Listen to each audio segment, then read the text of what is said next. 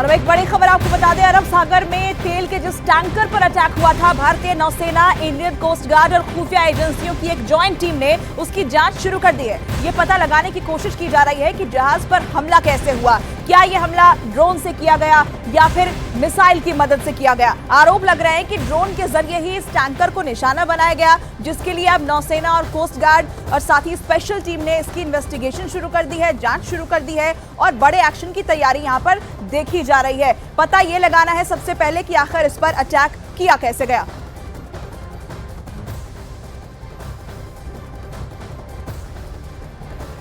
और इसके साथ ही भारतीय नौसेना ये आकलन करने में भी जुटी है कि इस हमले में जहाज को कितना नुकसान पहुंचा है, क्योंकि ये हमला काफी बड़ा था और इसलिए इसका आकलन अब किया जा रहा है। अब यहाँ पर आपको ग्राफिक्स के जरिए समझाते हैं कैसे ये हमला होता है और यहाँ पर आकलन क्या अब किया जा रहा है। देखिए, भारतीय नौसेना और इंडियन कोस्ट गार्ड ने यहां पर बहुत बड़ा एक्शन लिया है। आपको सिलसिलेवार ढंग से बताते हैं। हिंद महासागर में इस पूरे इलाके में आप जहां पर देख सकते हैं, यहां पर गश्त जो है वो बढ़ा दी गई है। आगे इस तरह के हमले ना हो उसके लिए भारतीय नौसेना ने 3 जंगी जहाज अरब सागर में तैनात कर दिए हैं और इलाके पर नजर रखने के लिए PHI जैसी लंबी रेंज का पेट्रोल एयरक्राफ्ट भी अपने काम पर लगा दिया गया है। हालांकि रात की बात यह रही है कि इस हमले में जहाज में सवार लोग बिल्कुल सही सलामत है, क्योंकि हमले के बाद जहाज में लगी आग को बुझा लिया गया था। इस जहाज में आपको ये बता दें कि यहाँ पर 22 लोग सवार थे, जिसमें चालक दल के 21 सदस्य भारतीय थे।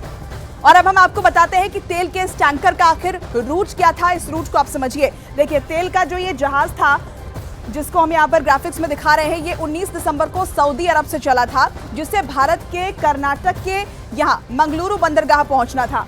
पर यहाँ हुआ क्या उससे आप समझिए। 23 तारीख की बात करें तो बीच रास्ते में ही जहाज पर अटैक हो गया, हमला यहाँ हो गया। जिस जहाज को यहाँ तक आना था उस पर 23 तारीख को ही अटैक हो जाता है, 23 दिसंबर की तारीख को। और शक ये जताया जा रहा है कि अटैक ड्रोन से किया गया और इसके बाद इंडियन कोस्ट गार्ड के जहाज ICGS विक्रम की सुरक्षा में एक दिन पहले जहाज को मुंबई के तट पर यहाँ लाया गया। 25 दिसंबर की यह तारीख जब ये जहाज मुंबई पहुंचा।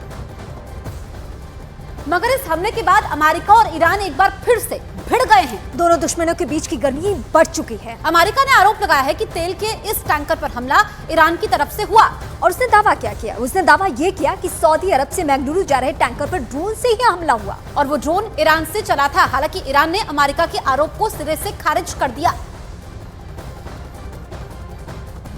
तो 19 दिसंबर को सऊदी अरब से ये चला था। इसमें अब ईरान और अमेरिका आपस में भिड़ गए हैं। दोनों देशों के अपने अपने बयान हैं। दोनों दुश्मनों के बीच की गर्मी बढ़ चुकी है। अमेरिका ने आरोप तो ये लगा दिया है कि तेल के इस टैंकर पर हमला ईरान की तरफ से हुआ है। उसने दावा ये तक कर दिया कि सऊदी अरब से मंगलुरु जा रहे टैंकर पर ड्रोन से ही हमला हुआ। अमेरिका के दावे को हवा इसलिए मिल रही है क्योंकि जब से इजरायल और हमास की जंग शुरू हुई तब से लगातार पानी के जहाजों पर हमले हो रहे हैं और पश्चिम एशिया के देश यमन पर कब्जा किए बैठे हूती विद्रोहियों ने लाल सागर को जंग का अखाड़ा बना दिया है।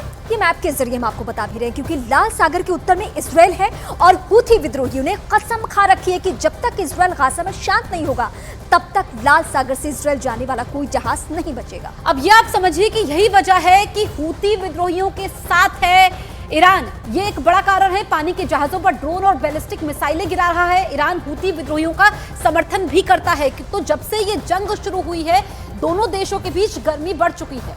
ईरान खुद भी कई बार दूसरे देशों के जहाजों पर कब्जा कर चुका है, जो कि ये मैप बताता है। और लाल सागर हिंद महासागर का ही हिस्सा है। तो लाल सागर के बारे में भी हम आपको बता रहे हैं, हिंद महासागर का हिस्सा है। वो अंतर्राष्ट्रीय व्यापार का अहम रूट है, जहां से तेल के कई टैंक होकर के गुजरते हैं।